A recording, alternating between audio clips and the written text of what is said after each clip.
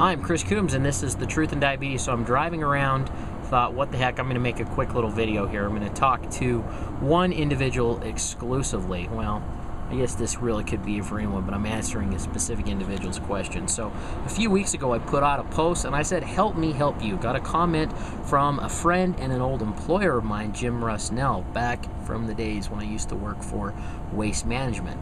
Now, it's interesting. Jim has actually been one of my greatest supporters. Thank you. And also, beyond thanking you for supporting The Truth in Diabetes, Jim taught me an awful lot about business and sales in that short time that I had the opportunity to work with him. But a lot of that knowledge is carried over into current endeavors and things I do. Learned an awful lot from this guy and would like to express my gratitude for him. So his question or statement initially was that he doesn't have diabetes, nor does anyone in his immediate family, but he wanted to know risk factors and how someone might prevent diabetes. Okay, I just want to show you this. I do like to do some research, and look at this. This is a whole stack of about 50 pages that I printed off, and I'm going to tell you, I did a dry run on this video, and I was talking. The video ended up being like 10 something minutes, more time than anybody wants to listen to me run my mouth, blah blah blah. So look, I could give you the science of this, but here's my take on it. Okay, things that are risk factors. Once you hit in your 40s, there are certain things that start slowing down, things that start changing that you got to take a look for. You want to be going in to see your doctor at least once a year, maybe twice a year, depending on what your need. But you know what? The biggest factor for somebody like you, Jim, who doesn't have diabetes, there's no family history, and they debate back and forth whether or not genetic is tied in. The number one threat for developing type 2 diabetes is obesity. And I wanted to talk about that really briefly. So I thought, I'm curious. And I stopped at a little gas station while I was out and about driving around. Look at this. Reese's peanut butter cup. See that? How much did that cost? 69 cents. And that 69 cents, was that upside down? That'd be embarrassing. It's not. But that 69 cents will get you 210 calories and 110 fat calories. So more than half the calories in that fat. Okay, and then you go buy, and there's a bottle of soda. Guess how much that is? On sale for 99 cents. 99 cents. So guess what? It is cheap to get fat. Go up and down the streets and there's kids out with steins ready to go pizza, $5. Well, when I was at my heaviest, it was easy for me to eat a whole pizza by myself. It is cheap to eat food that makes us fat. That is the biggest contributor to type 2 diabetes right now, is obesity. Okay, there's 3 basic types of diabetes. Let me make a point here. There's type 1, juvenile onset. This guy right here. It's where your pancreas, for some reason, they believe a virus attacks it, wipes out, your body wipes out the ability to be able to produce insulin. Then you got type 2, where your body is most likely producing insulin, but it doesn't produce enough insulin to keep up with your body's need, what they call insulin resistance. The third type, gestational diabetes, which happens during pregnancy. I don't have a lot of experience on that. I'll post at some point in time because I got asked that question, and I will get to that question. So those are your 3 types of diabetes. Other things to keep an eye on. Are you not exercising, not getting regular activity?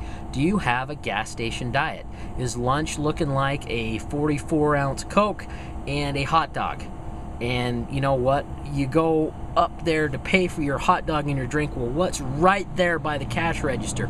Well, it's a thing of cupcakes. And it says, hey, if you buy 2, you get a third for 3. So let's talk about sales. Jim Rusnell is one of the greatest salespeople that I ever had the opportunity to work with. Jim's no dummy either. There's these things called impulse buyers, impulse buy specialists, and it is those individuals' job to come up with things that they know consumers are going to be on their way out, had absolutely no intention of buying, but it's so intriguing and so exciting. Bam! It's right there in your face. You're going to buy it. Oh, and it's only $1.29, and I get a third one free. So I get 30% more calories as well. So just contributing again to weight gain, the obesity problem. So 3 types of diabetes. They used to call type 2 adult onset. Well, guess what? They're not calling it that anymore. That is because kids, that's right, kids are developing type 2 diabetes because of the huge obesity epidemic that's going on in our country right now. Okay, so you really want to prevent diabetes. You're not diabetic, you don't want to have it. Any of us that do will tell you, this sucks. Take care of yourself while you still can. Diet, exercise, those are your two biggest things. A lot of type 2s can get rid of their need for insulin or medication just by cleaning up their diet and getting off the weight. So Jim is training for a little event right now called Lotoja, something along those lines. Well, it's this little bike ride that goes from Logan, Utah, all the way up to Jackson, Wyoming. I know Jim's done it before and he's going to do it again here soon. I understand that it's over 200 miles on the bike. I'm not sure exactly. I believe it was a little over 200. And then a climb of about 10,000 feet. And damn, anybody that's willing to do something like that and train for an event like that, you inspire the heck out of me. Wow. So you're well on your way, Jim. I know my time working with you, you were always looking for healthy choices, always working out, spending, time on the bike. 10 miles for you is not even really a warm-up. So again, stick with the diet, stick with the exercise, get regular checkups. Keep an eye on your blood pressure, get a yearly P test where they look at what your kidneys are doing. Have your eyes checked on a yearly basis where they look at the back of it, see if there's anything going on there. If you have any loss of sensation in your feet, you can't satisfy your thirst, you're hungry all the time, you're peeing all the time, these are all symptoms to watch for. And if you're experiencing any of those things, get screened for diabetes. Keep an eye out there. There's oftentimes free community screenings, but any doctor can screen you and check you for diabetes. Those are the basics, Jim. If that doesn't answer your question, don't let me off the hook.